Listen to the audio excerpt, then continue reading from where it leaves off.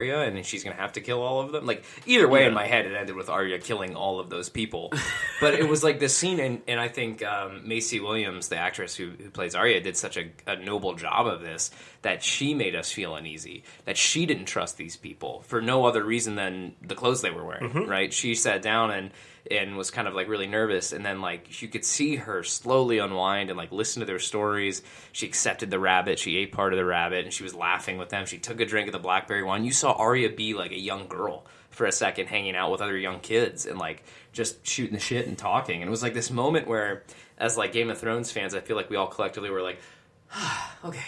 Nothing bad happened. Someone for gets once. to like relax for a second. Now that could all end. Like the next episode could open with all of those people dead, and like Arya's walking away ripping off Ed Sheeran's face. You know, but who knows? Like anything could happen. But the Ed Sheeran killing spree begins. Yeah, Ed Sheeran kills Cersei actually. But yeah, to your point, I think the only problem with Ed Sheeran is he was like too big of a star. So they've gone back and they've done some other musicians in the past. They've had people from Snow Patrol in the show. They've had people from Coldplay in the show and some other English bands. But like Ed Sheeran is such a massive star, and like when they brought him in, it's unfortunate. But like the first thing I thought was like, oh my god, it's Ed Sheeran. Not like I'm watching Game of Thrones. Not like, okay, there's these Lannister soldiers.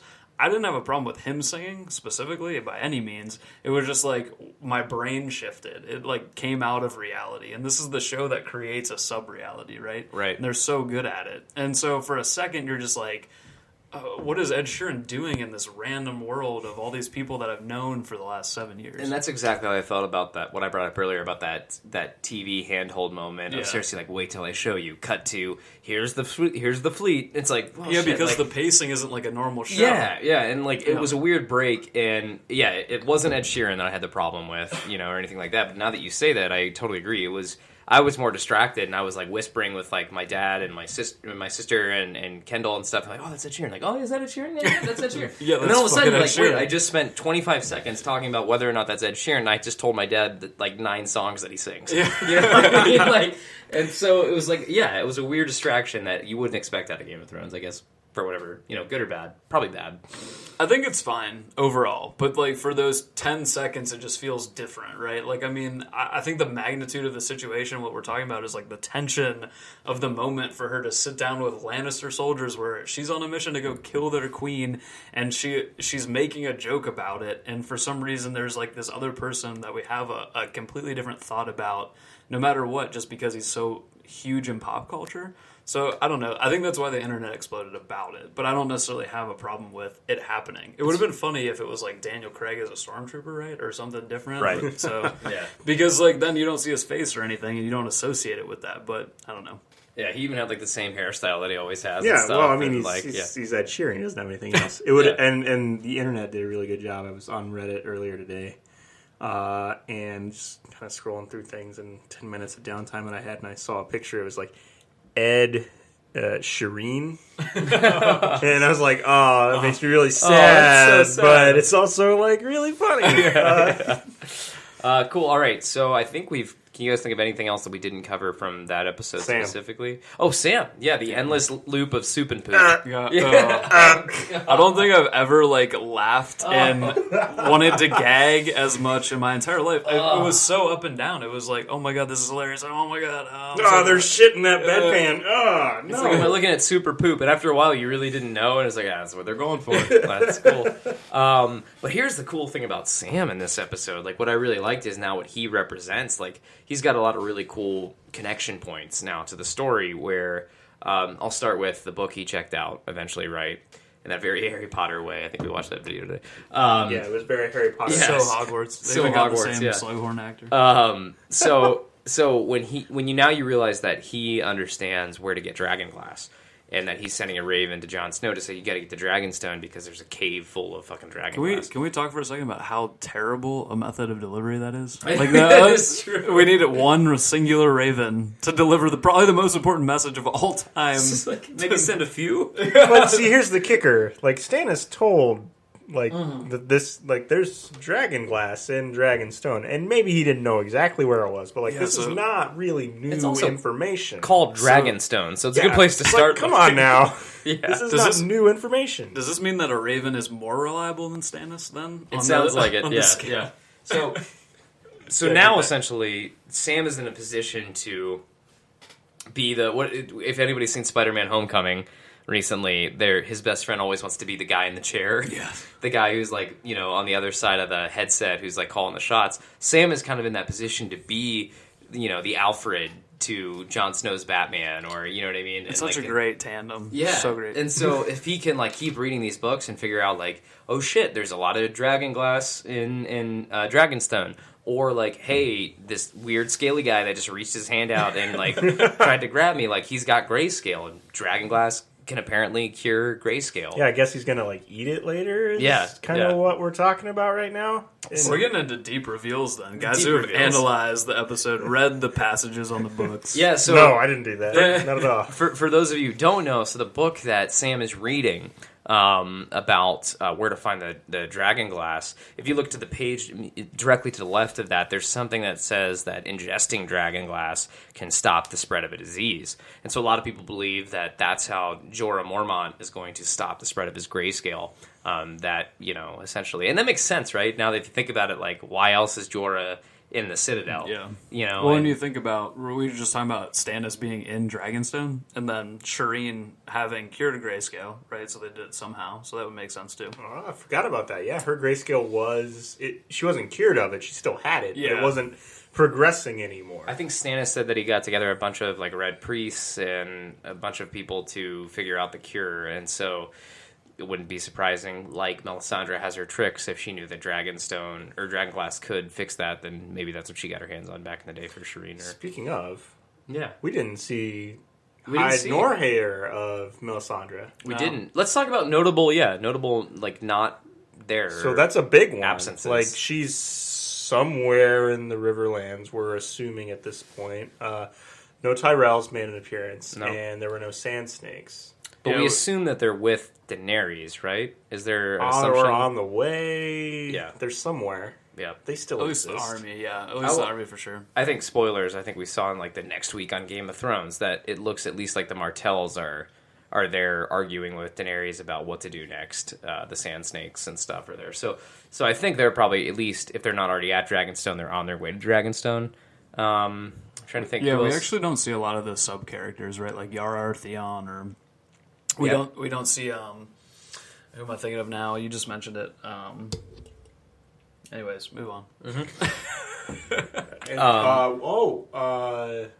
We didn't see. Well, I guess okay. Let's get into the last scene, which I think deserves its own section. So let's put a pin in that. Let's get into the last scene because I think we've covered most other things in this episode. So let's talk about that last scene. Now, this is the scene that readers of the book have been waiting for 20 years, right? Since the book came out in the 96, 95? 96, that the watchers of the show have been waiting for. We finally got to see Daenerys come home. Daenerys is now in her birthplace. She's back at her birthright, which is Dragonstone. That moment of her touching the sand, a la Pope style, I'm here and I'm kissing the ground.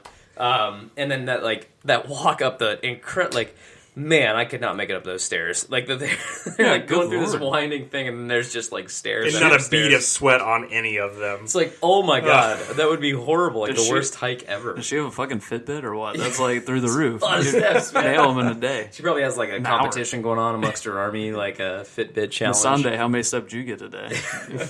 But anyway, so that moment where she saw, number one, where was this cool ass throne hiding when Stannis was there? That thing's badass. Why is it not even know it was there? Yeah, right. They kept walking by that door, and they're don't worry about that, Stannis. There's nothing behind that door. And it's just whoa, this is cooler than the Iron Throne. What is this thing? It's all about the table. And that place looks really dirty for, how long has it been abandoned? Didn't Stannis just kind of leave, not super long ago? Well, I mean... at least a year ago. That's the thing. Okay, this might might be at least a year ago. This might be a bit of a can of worms. I don't want to get into this too much. But what the fuck is the timeline right now? Between the beginning of last season and now, like, how much time have we covered, and what's going on? Because Euron's got 1,000 ships. And that takes time to build. Yeah, not only build, but like then sail all the way from the Iron Islands, which are like way over here, right? Yeah, I'm pointing on a podcast that nobody can see. For all of our visual podcast listeners, it's gotta like they gotta go all the way around to get to King's Landing. So like that takes time. There's nothing to suggest to me that it hasn't been a good amount of time since the end of season 6, except for it almost seemed like that scene in the north with Jon Snow was the direct like next scene from what happened in season 6. You know, like they were all sitting in the same spots, but maybe that's just how they take counsel. I feel as if like, you know, we're kind of trapped in this idea of we have 4 seasons, right? We kind of move from spring, summer, winter, and fall. That was not right. Anyway, sure. We have 4 seasons. That's how time works. Yes, that's fine. But anyway, but we like it's different in Westeros. They have summer and winter. Yeah. And I guess they probably have spring and fall. I guess those are kind of like the transition periods. Mm-hmm. But like they can also last for like generations. So trying to predict it based on what the weather's like is not doable. Yeah. It's I don't know. It's Either different. way, there was a dusty ass Stannis banner that she pulled down as she walked in. All and the she allergies, saw just all the allergies right there. Hope you don't. Somebody hope you brought like your Zyrtec. Yeah. Grey Worm or somebody's just like hacking up a lung. But then we saw like a really cool payoff moment too, where she got to like touch the painted table. Now I think this has made a bigger deal in the books. Like that painted table comes from Aegon Targaryen, her uncle. I think her uncle is Aegon. So her father was Mad King Aerys, and yeah, so the uncle would be Aegon. Aegon. I do believe that's correct. Fact checking. We got a fact checker going on. I was on the Game of Thrones wiki earlier today to make sure. And by the way, quick shout out: if we get anything wrong, please let us know. You can reach us at geeks. That's GEEKS at HOTYB.co. If there's something we got wrong on the show, let us know. Fact check us. If you do that, just like our regular proper show that happens weekly, you will be entered to win a digital download of a video game that we will pick out of the air for the console of your choice and send it straight to you. So again, that's geeks. That's GEEKS at HOTYB.co. If we get something wrong, let us know. Or if there's something, a theory or something that you want us to discuss here on the show, we're happy to do that. Yeah, so Aegon is Dany's nephew, actually. So it goes Rhaegar, Viserys, and Dany are all on the same line, right? Wow. Oh, and then man, Rhaegar, I was way wrong. And Aelia Martell have Rhaenys and Aegon Targaryen. My mind is blown. Yep, that got weird. It's messy, right? Because the Targaryen family is just a bunch of people having sex with cousin each other. loving. Yeah. A bunch of cousin loving. Or like nephew loving, I guess. Either way, the fact that she is now in her birthright and she has this, that's her strategy room moving forward. It feels better placed with her than it did with Stannis. Yeah. It matches her, suits her better, I should say. And then her final line, which was, let's get started. It was just like... Man, you can't... That's the best line to end an episode on, because, like, it's going to get real. Yep, we're about to do this. Yep. I think episode 2 is going to be what a lot of people thought episode 1 was going to be, which is some sort of crazy action of some kind. But I think the bigger connection is that Aegon was a conqueror. He was in that castle and had the painted table as his guiding light. And the bigger picture is that the Seven Kingdoms have no boundaries, right? That's always what we talk about. So they were meant to be ruled by one true leader. So that I think that's like her calling to say, this is where I was born, this all makes sense to me now, this is what I'm looking for. Boom. Yeah. All right. So, guys, that wraps up our summary. Now, here's something I want to implement in our weekly show. I think at the end of the show, just like we do in our podcast proper, I'll refer to it as. And quick plug, if you are listening to this show and haven't listened to the Hold On to Your Butts podcast, there's going to be a new episode every week of that. We just recorded episode number 19, which is live now. That's Hold On to Your Butts, the podcast. Just like this one is, if you're listening to it. And make sure to subscribe to us on iTunes, Stitcher, YouTube, however you listen to your podcasts. And make sure to rate us. It really helps us out if you could just give us a like, give us a quick review. It helps us. It helps other people find this podcast just like you have. So I want to move into the final segment of today's show, which is sort of a game that I want to play with you guys. And this one is less of a game and more of a conversation topic. So, if you could have a beer with one Game of Thrones character, living or dead, who would it be?